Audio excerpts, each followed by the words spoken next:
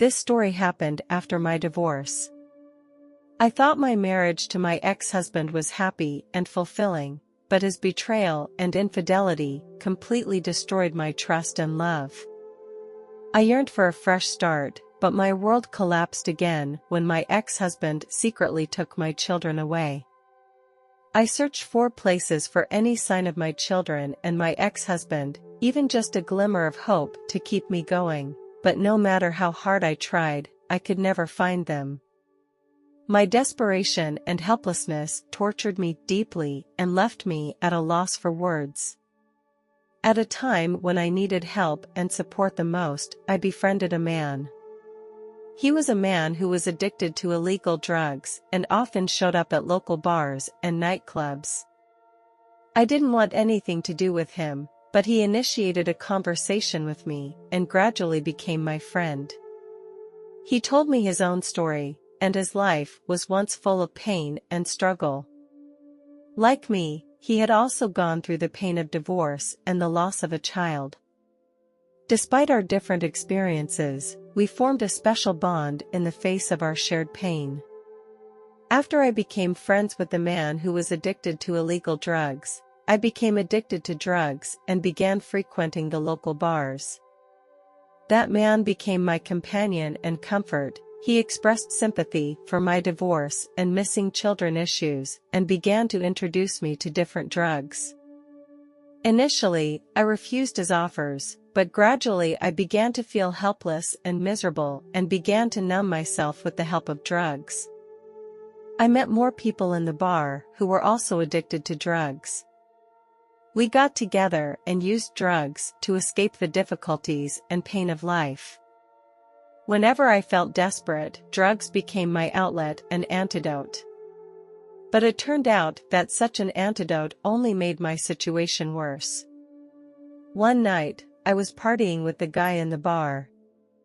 I had completely lost control of myself and took a lot of drugs. During that crazy night, my life was in danger. I started to lose consciousness and my whole world became a blur. I felt so much pain that I hoped death would rid me of it. However, I never imagined that this ridiculously crazy night would change my life. When I regained consciousness, I found myself in a dark tunnel. There was not a ray of light around me, no sound, just endless nothingness. I felt terrified, and this dark place terrified me beyond belief. I began to look back on my life and saw all the things I had experienced, and I felt the joy and sadness of life. This feeling led me to death again and again, each time being pushed deeper into darkness.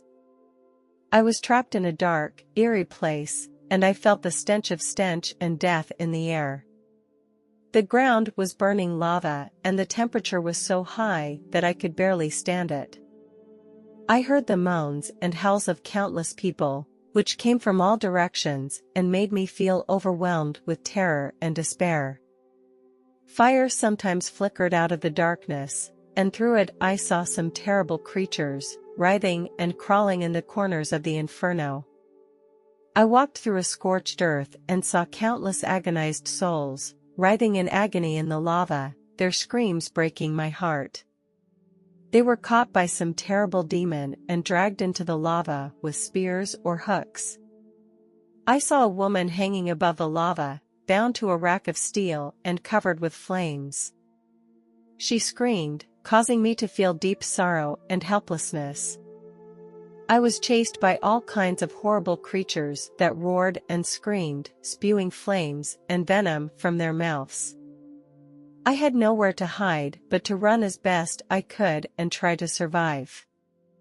I saw countless broken bones and fractured bodies, which were scattered on the ground, making me feel extremely depressed and scared.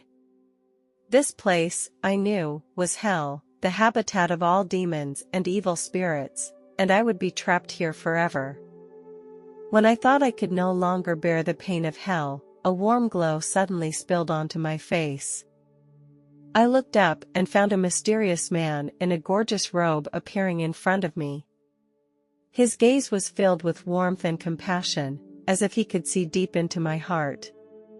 He reached out his hand, gently patted my shoulder, and said to me, "Child, you have walked through hell, and now you can return to the sunny world."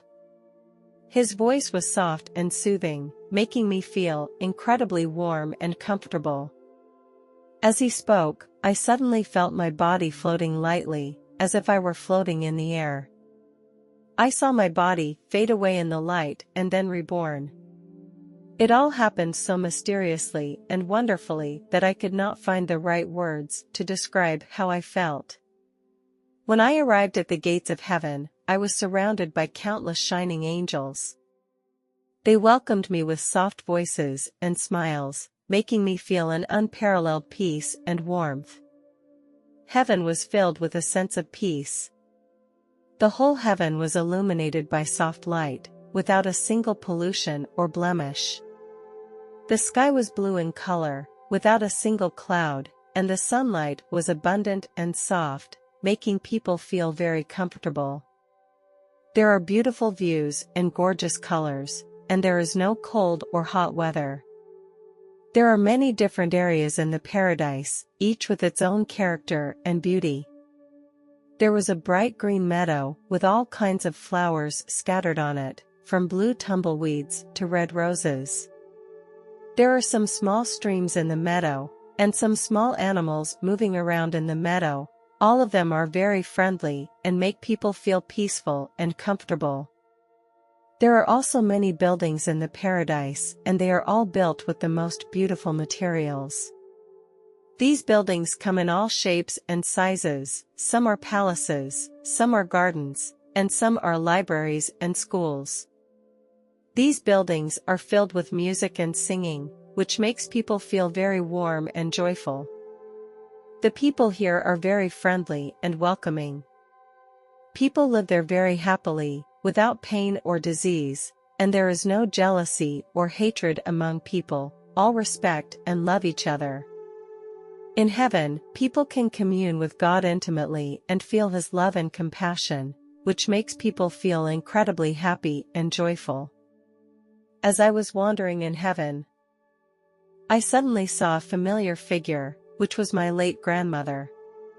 She was standing in the middle of a sea of beautiful flowers, surrounded by many radiant and shimmering angels flying around her.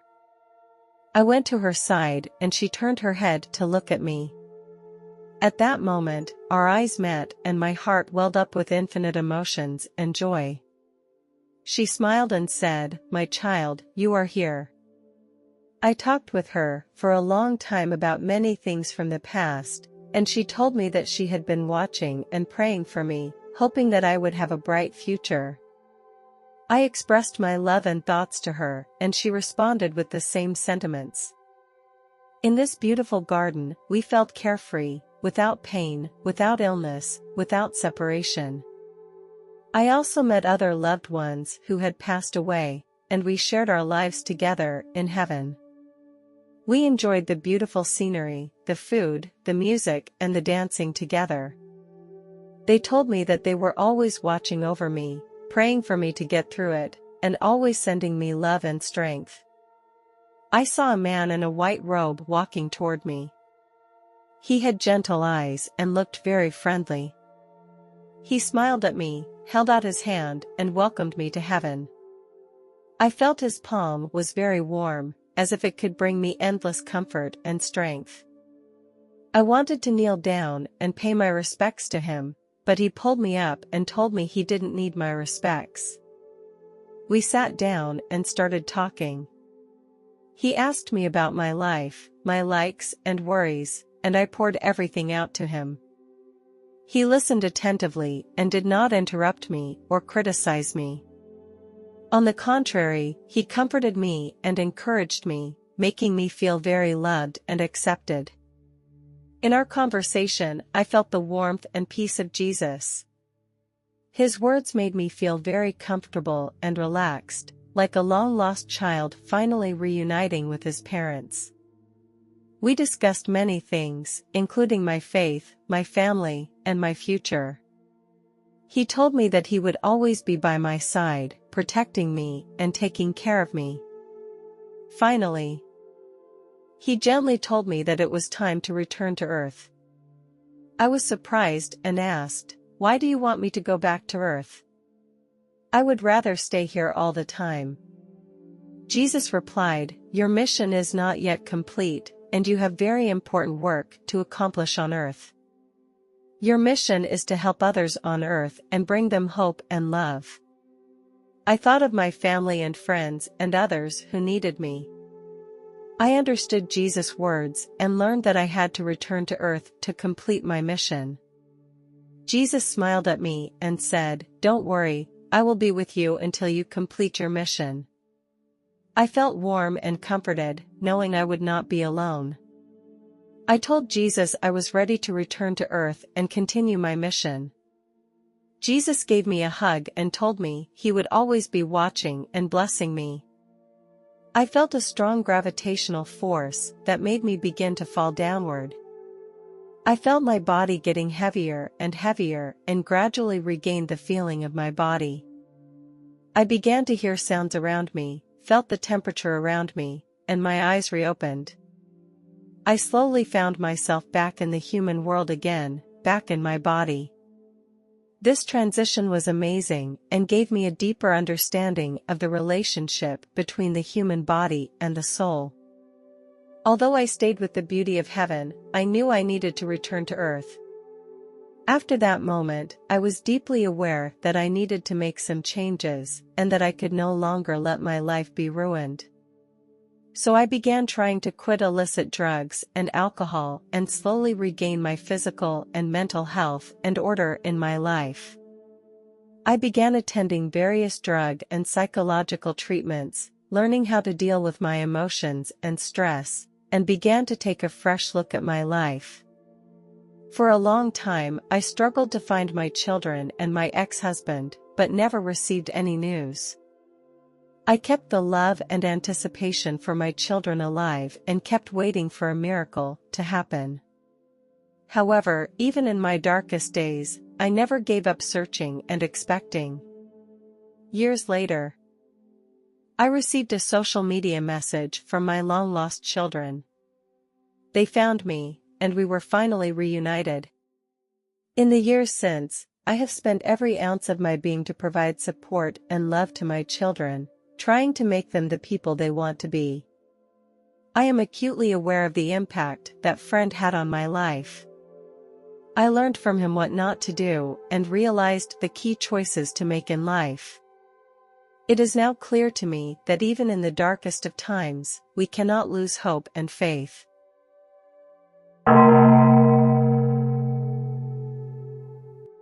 I have always dreamed of traveling to Japan and exploring a country full of ancient culture and modern technology.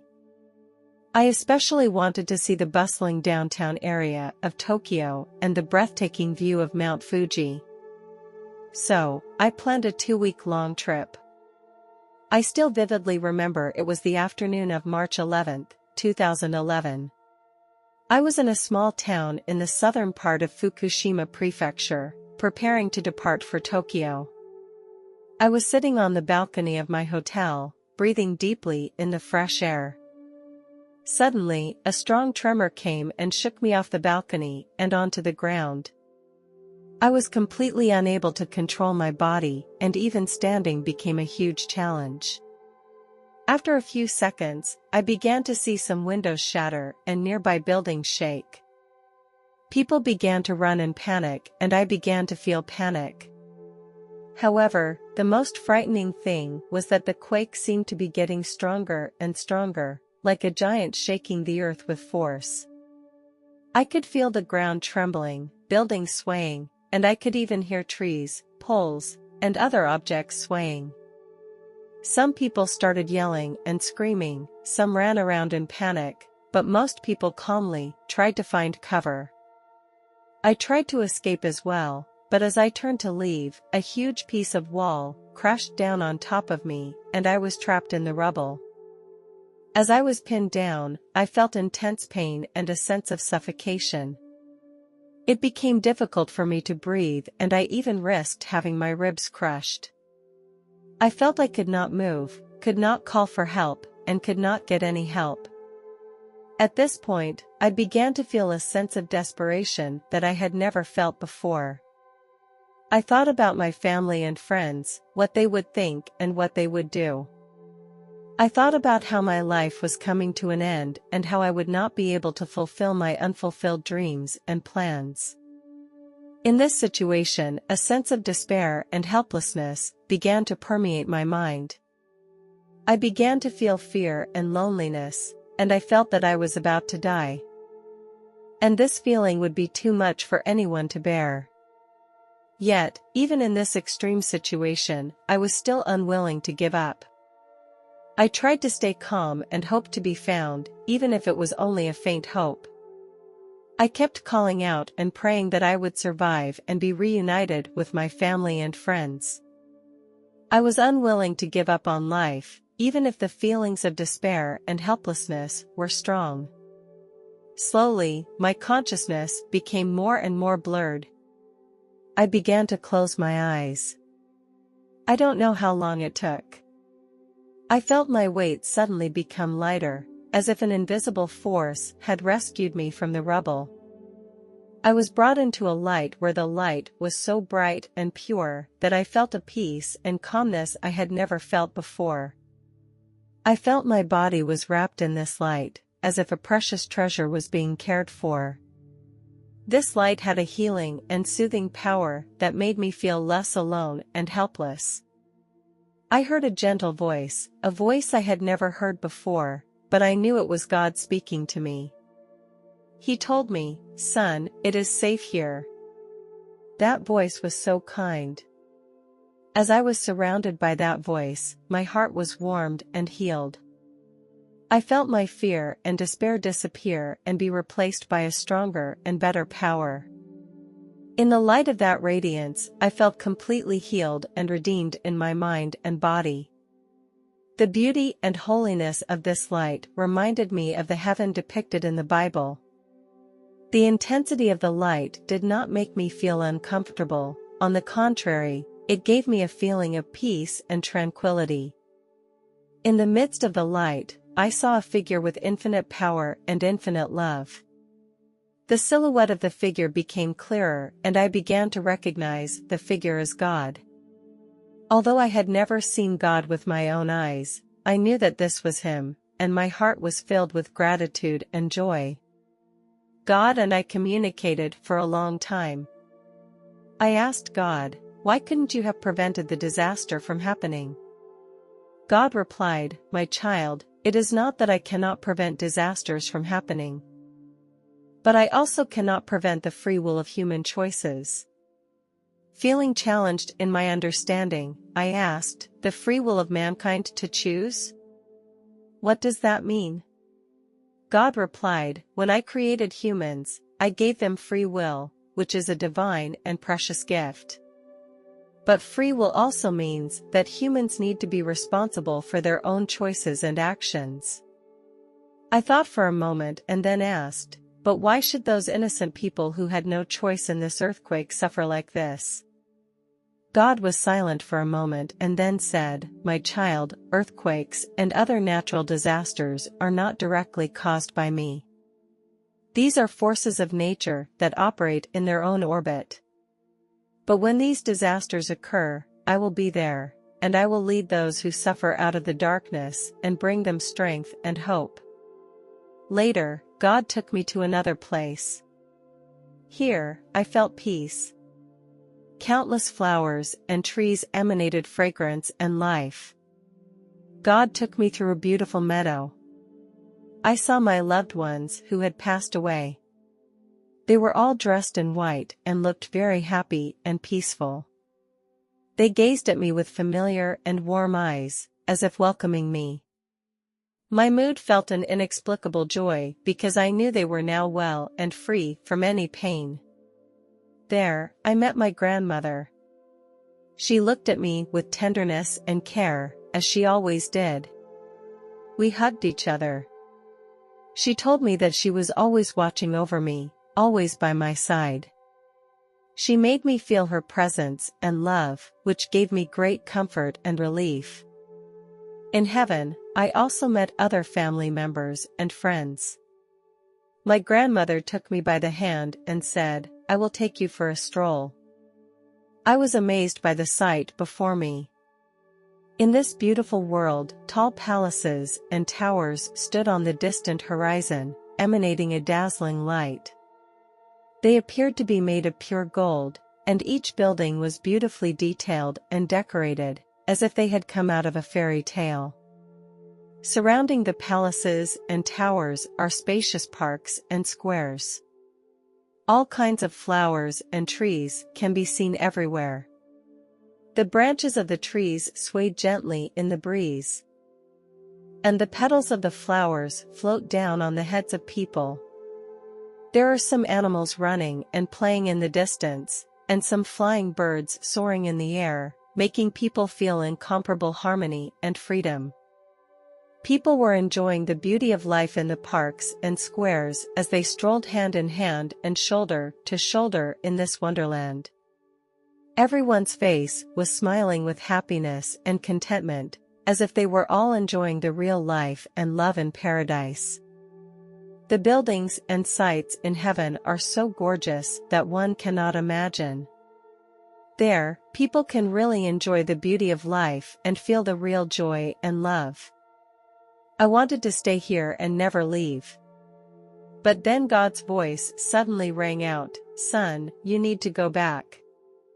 I turned around and saw God. "Why, God? I want to stay here," I asked.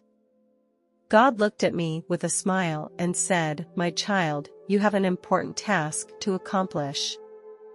You need to return to Earth and continue your life's journey.